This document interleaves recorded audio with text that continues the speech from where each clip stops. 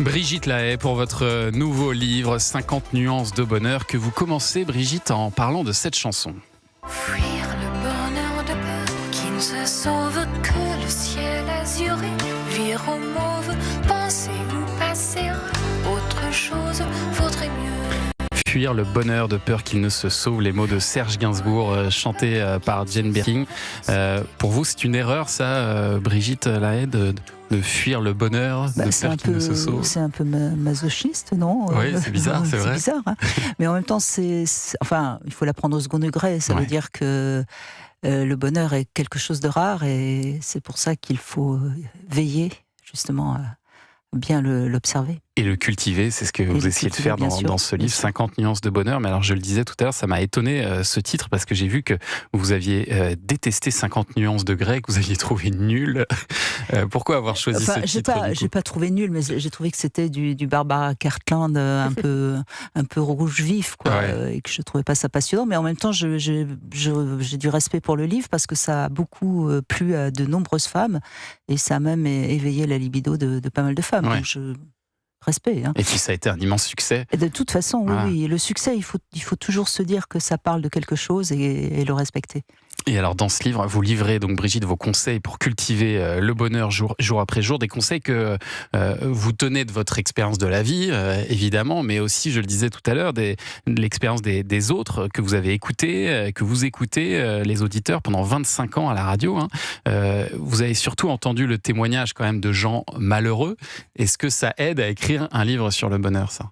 Mais en fait, ce qui m'a surtout sauté aux yeux, c'est que les gens restent englués dans des habitudes, dans des croyances et dans des mécanismes de défense, et qu'en fait, pour aller mieux, il faut arriver à sortir de sa zone de confort. Et c'est un peu ça que j'ai eu envie. C'est pour ça que j'ai eu envie d'écrire un livre. Je pense qu'on a tous les moyens d'être plus heureux que ce qu'on est. Après, le bonheur, c'est comme je le dis, c'est une quête, c'est un chemin, mais c'est pas là où il faut arriver, parce que c'est des instants de bonheur. Oui, c'est pas un état permanent. Non, le absolument bonheur. pas. Et donc il faut comprendre pourquoi on est dans une situation qui ne nous convient pas, et oser bousculer les choses, voilà. L'affronter pour en sortir. Et c'est vrai que c'est agaçant, parce que j'entends les auditeurs me dire oui, je vais essayer. Et quand on dit oui, je vais essayer, on sait déjà qu'il n'y a pas une forte envie d'essayer.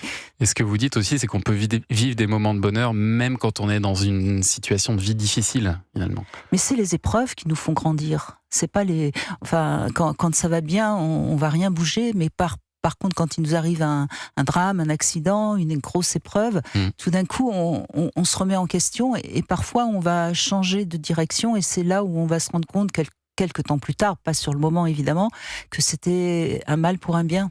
Et vous pensez que le bonheur, c'est un peu comme un muscle, en fait? C'est quelque chose qu'il faut oui, c'est une belle image. Travailler. Oui, je suis d'accord. Bravo Thomas. Entretenir. J'aurais dû l'écrire. Faites un livre sur ça. Bah voilà, c'est bon, c'est parti. Le bonheur est un muscle aux éditions Fayard. Non, mais alors il faut lever les blocages, vous nous dites. C'est pas simple comme programme. Oui, c'est comme après, quand on a été plâtré, il faut se rééduquer, et il faut rééduquer sa manière de voir la vie pour être plus heureux. Oui. Mais c'est quoi en général les blocages? C'est de la peur de l'échec notamment? Tout vient de l'enfance, en fait. Hein. On a tous des blessures d'enfance, on a tous des injonctions de nos parents. Ouais. Et puis à un moment donné, il faut trouver ses vrais désirs. Il faut oser. Et les faire passer devant. Ouais. Mais oui, parce que c'est quand on est en corrélation avec nos vrais désirs qu'on est heureux. C'est pas quand on fait un métier qu'on a fait parce que papa, maman voulaient qu'on fasse ce métier-là. Et un autre frein au bonheur, c'est le toujours plus. Vouloir toujours plus, être incapable de se contenter de ce qu'on a. Mais ça, en même temps, je me dis que moi, c'est très humain de vouloir améliorer sa condition en permanence. C'est totalement humain. L'humain va toujours vouloir plus, mais c'est là où il faut être à un moment donné, se poser et se dire, est-ce que quand je dis que j'ai besoin de changer mon smartphone, quand j'ai besoin est-ce que j'ai réellement besoin, ou est-ce que c'est un vrai désir, ou est-ce que c'est parce que j'ai vu sur Europe 1 une pub qui me dit que ce téléphone il va être vachement mieux. Mais c'est ça, c'est qu'on vit dans une société de consommation aussi où c'est difficile de résister à tout ça. Oui, mais toutes ces j'ai pas dit sollicitations. que c'était facile d'être Ouais. heureux. Ouais. Et est-ce que vous ne pensez pas que les réseaux sociaux aussi, avec cette comparaison permanente qu'on s'inflige, en fait, ça c'est un frein aussi, non ? Bah, c'est surtout quelque chose qui donne beaucoup de rivalité et d'envie. Parce qu'on se montre toujours sur les réseaux sociaux mieux que ce qu'on est, et au fond c'est pas les réseaux sociaux qui vont nous aider quand on a un chagrin d'amour ou quand on a une difficulté, mais ça fait partie de.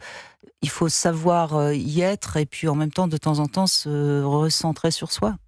Hier, on était avec le chanteur Passy et on parlait du bonheur qu'on avait à attendre un album, le bonheur d'aller l'acheter en magasin. Et aujourd'hui, avec les Spotify ou Deezer, on n'a plus cette frustration-là.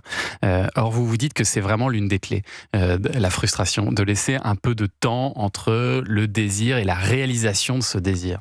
C'est intéressant, oui, bien sûr, parce que si on a tout de suite, et d'ailleurs on le voit, les enfants qui sont nés dans des familles très très riches et qui ont tout eu, ça. ils sont pas très heureux finalement, parce qu'ils savent pas ce que c'est que l'attente d'obtenir quelque chose, et tout ce qui est en amont du moment où on va l'avoir, c'est une excitation qui renforce quand on va enfin être. D'ailleurs, regardez, les gens, ils pensent à leurs vacances, ils pensent à toutes ces, à la Coupe du Monde de foot, et tout ça donne des moments de joie.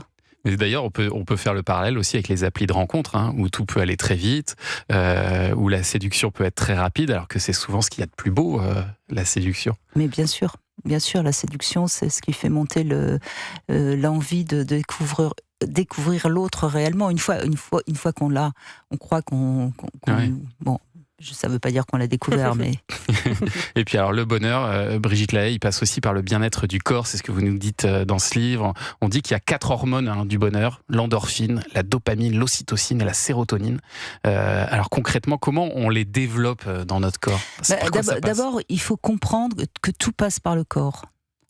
Quand vous êtes stressé, vous le sentez, votre corps vous le signale.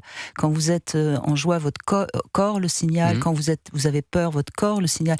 Donc je crois que la première, si je devais donner qu'un seul conseil aujourd'hui, c'est d'être dans le ressenti de son corps et pas dans l'intellect. Et c'est ça qui nous permet de savoir si on est bien, si on a le trac, si on est stressé, si quand vous rencontrez quelqu'un, si vous êtes dans votre ressenti corporel, déjà vous avez des informations et vous sentez si c'est une personne qui est en corrélation avec vous ou pas. Ouais. Et alors, comme d'habitude avec vous, Brigitte Lahaie, il n'y a aucun tabou dans ce livre. Vous parlez aussi de sexe. Est-ce que c'est vraiment indispensable d'ailleurs à une vie heureuse ? Parce que j'imagine que ça existe aussi, les abstinents heureux. Alors, ça, c'est une chose dont je ne suis pas certaine. Non, je crois qu'encore une fois, la sexualité, elle est importante pour se construire dans son identité de mâle ou de femelle. Elle est importante pour se découvrir dans des zones d'ombre qu'on ne découvre que dans sa sexualité. Après, si c'est un choix volontaire d'être asexuel et qu'après tout, ça rend moins malheureux, pourquoi pas ? Il y a des personnes qui ont une telle phobie du sexe que peut-être qu'ils ont raison d'être asexuels. Mais c'est pas ça qui va les rendre épanouis de toute façon. Parce que vous avez vu, il y a une étude récente de l'IFOP qui fait un constat quand même, c'est que les Français font de moins en moins l'amour, en cause notamment les écrans. La moitié des hommes, 42% des femmes avouent avoir déjà évité un rapport sexuel pour regarder un film ou une série. C'est énorme.